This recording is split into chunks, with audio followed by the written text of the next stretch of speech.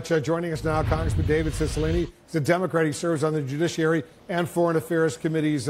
Congressman, thanks so much for joining us. I want to start with Jake Tapper's reporting today. He has learned that President Trump tried to actually shut down the border crossing at El Paso, Texas. He tried to get border agents to reject migrants. He's pushing for an expanded family separation policy, among other steps. Can he do these things legally?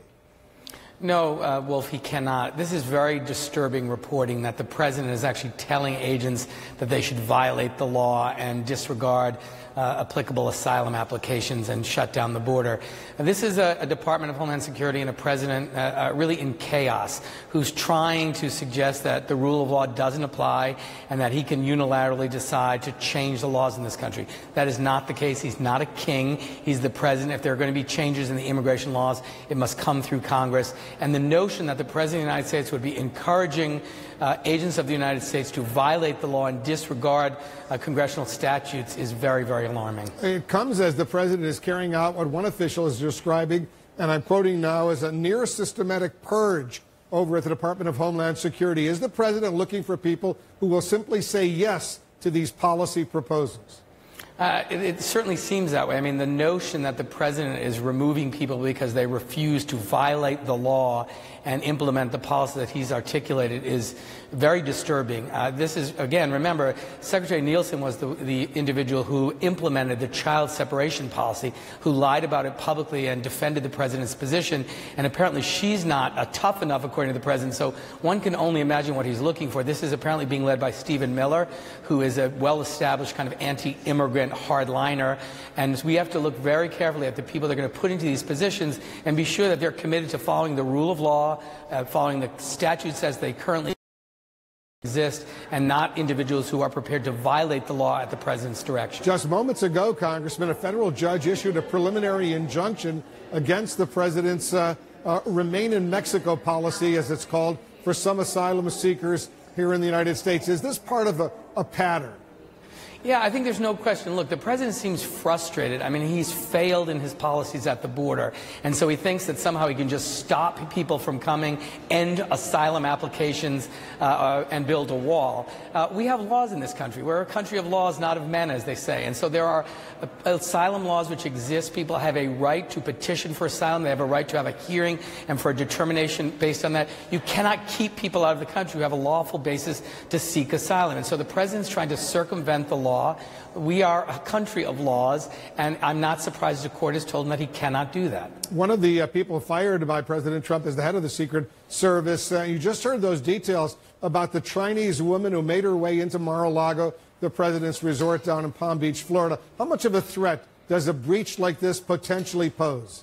Well, it's significant. I mean, this president is a national security risk, it seems. He doesn't take seriously the security measures that are in place. Don't forget, this is someone who shared classified information with the Russians about ongoing operations while meeting with them in the Oval Office. He was at a public meeting with President Xi at Mar-a-Lago, and he uses an unsecure phone, and there was been reporting that intelligence says picking that up, the Chinese and the Russian intelligence agencies. So this seems like a president who doesn't understand the dangers of these kinds of breaches.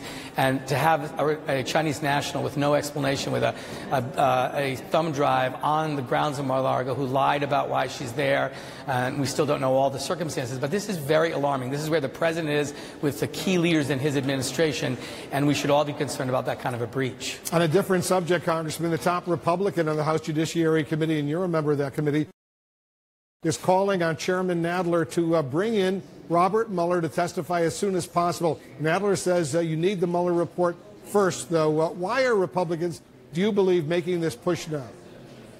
It's unclear to me. I think the Republicans should be joining us in demanding the release of the Mueller report.